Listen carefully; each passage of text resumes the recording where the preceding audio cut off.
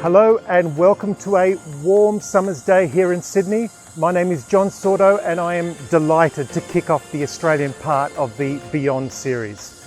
I'm standing outside of ACO Australia's head office here in Emu Plains, and I would like to start by saying just a few words about ACO in this part of the world. ACO in Australia is part of ACO's global group of companies. As an Australian manufacturer, we employ more than 110 people with customers around Australia, Southeast Asia and the South Pacific. Throughout these regions, we have long-standing relationships with architects who specify our drainage systems, access covers and cable pits. These are products that not only perform key functions to manage surface water and cables, but also they are designed to physically and visually interact with the environment. Specifically, access covers are used extensively on urban pavements and internal floors to enclose cables, pipes and equipment.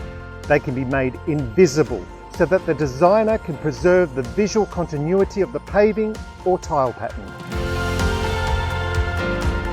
Well, Perth is on the other side of this continent, 4,000 kilometres away in that direction, way beyond our Blue Mountains here in Sydney. This is where the Connect South Main Street project is located, a powerful case study on how these pavement elements are integrated. I hope you enjoy our short documentary on this fascinating project.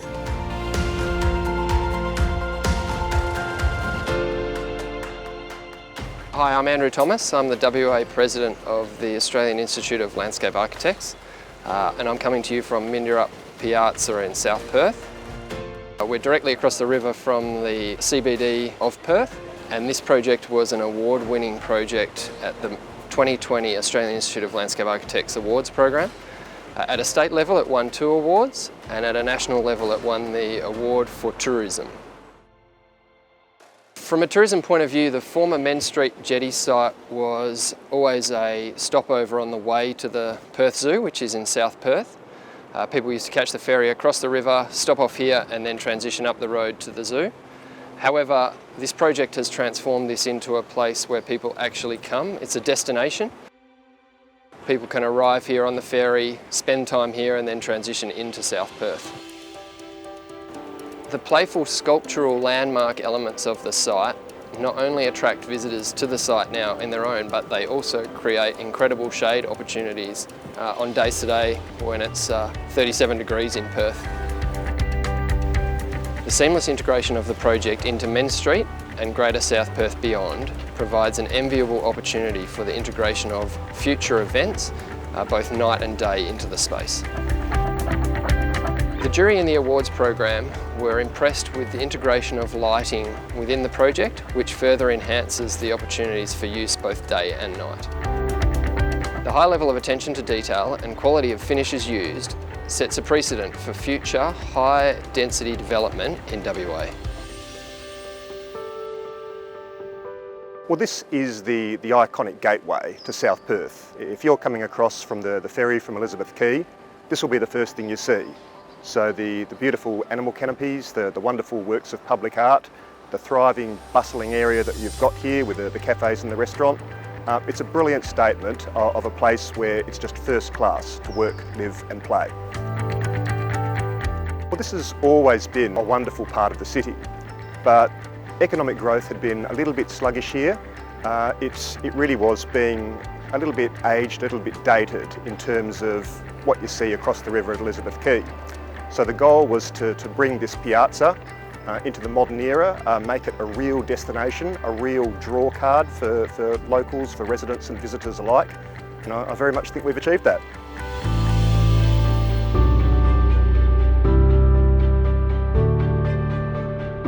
Thanks for joining us. We hope to see you in Western Australia one day.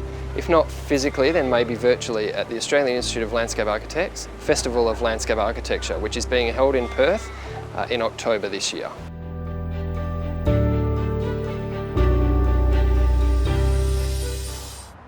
Hi Anna. Hi Steve. Thanks for taking time to talk to us about MILNER Piazza today. Really excited to hear about how this project went and your role in it. So do you want to start by telling us a bit about Place Laboratory and what you did on this job? Well, Place Laboratory were the lead consultant for the MILNER Piazza. We were actually engaged by the City of South Perth, and we had a team of engineers and architects and lighting engineers actually working with us to be able to deliver the project. Place Laboratory really have a very people-focused approach to design, so we really want to understand who is actually going to use the site and what their experiences are going to be. And so we really did a deep dive into trying to understand what those experiences were and how people were going to engage with the site. Part of that process was actually meeting with the community, and we actually had quite a few meetings with school children, business owners, local residents to really understand what they actually valued of the South Perth foreshore. And I've got to tell you one story from one of the really early on events, and we go into these workshops with a very genuine approach, and we don't even have pen to paper at that point in time. We're really just listening to ideas. So very early, very at the beginning. Right at the beginning. Yeah. And at this one meeting, there was a young girl. She was about 8 years old, and she was being encouraged by her brothers. Oh God, love older brothers, don't you? Older brothers. Yeah. And she stood up in front of the whole room. There was probably about 30 or 40 people there, and actually explained her vision for MILNER Piazza. And what she wanted to see was a really large animal in the space that could be seen from the other side of the river, and that would actually signify and be a symbol of South Perth. And I suppose she planted a seed of an idea in the consultant team's approach to the concept design that later on became the large animal shelters that we have in the space. The animals seem really integral to the design aesthetic and narrative for this project, right down into the paving. Do you want to tell us more about how that works into the scheme? Well, the city were really keen to have a very large expanse of paving, and we've worked on some fairly complex projects in the past, and so we really applied lessons learned into this project, and we wanted to have a very detailed paving pattern, make it seem almost effortless in its actual visual appearance and aesthetic. Perennial aspiration of the landscape architect to make the paving look effortless. Yeah. So it actually is quite a complex paving pattern because it is the scales of a snake. Okay, and it moves through umbra of different colours drawn from the West Australian landscape. We just wanted it to look like one plane, and so that really was influencing our selection of materials and in particular how we actually dealt with services in the ground and then also drainage. And if you just imagine that this piazza is sitting right next to the river, and it's a tidal river, so we get quite a lot of fluctuation in the water, and then quite often when it's high tide, we're also getting wave surge that's actually topping over the seawall into the piazza. And so we actually had to think about technical ways of actually dealing with the drainage, because we have drainage that would be coming off the site as well as drainage that was actually coming from the water. And so that's where we use the inline grates through the paving pattern to make sure that we could actually take the water away from the piazza as quickly as possible. So with such a complex paving design, in-ground services, drainage, how did ACO help you meet those challenges in this project? I have to admit that we use ACO products on lots of different projects.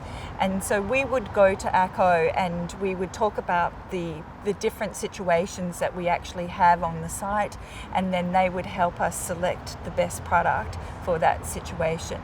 And so in Minderup Piazza we have quite a lot of services, but we don't want to see those service pits on the surface because we've got this very intricate pattern, and so they would select the right in-ground grate for us. And that also applies to the inline drainage as well. And the results speak for themselves. Yeah, absolutely. Yeah. Yes, it's a pretty seamless result. Thanks, Anna. And so how do you think that this project is successful? Well, I think that the success factors are, firstly, is that we had a very courageous client. And it really makes such a difference when you've got a great client that's really invested in the vision and wants to do something different. So that's number one. That's a very big plus. The second thing was that we actually had a really great team, and we had a team of architects, engineers, lighting designers, and then we also had quite a lot of public artists working with us. And really they were the ones that enabled the vision to be actually fulfilled. And then the third success factor is really about the products and the people that we used to actually help us be able to deliver such a seamless design. The contractor was fantastic. No problem was too small and Love it when they behave that way. Or too big. It's always good. Yep. And I think that the final success factor is really the joy of actually going to the place, to Minderup Piazza, and actually seeing all those people there that absolutely loving the space and being really connected to it, and that's great. When you see people happy and smiling just because they're in a landscape space is fantastic.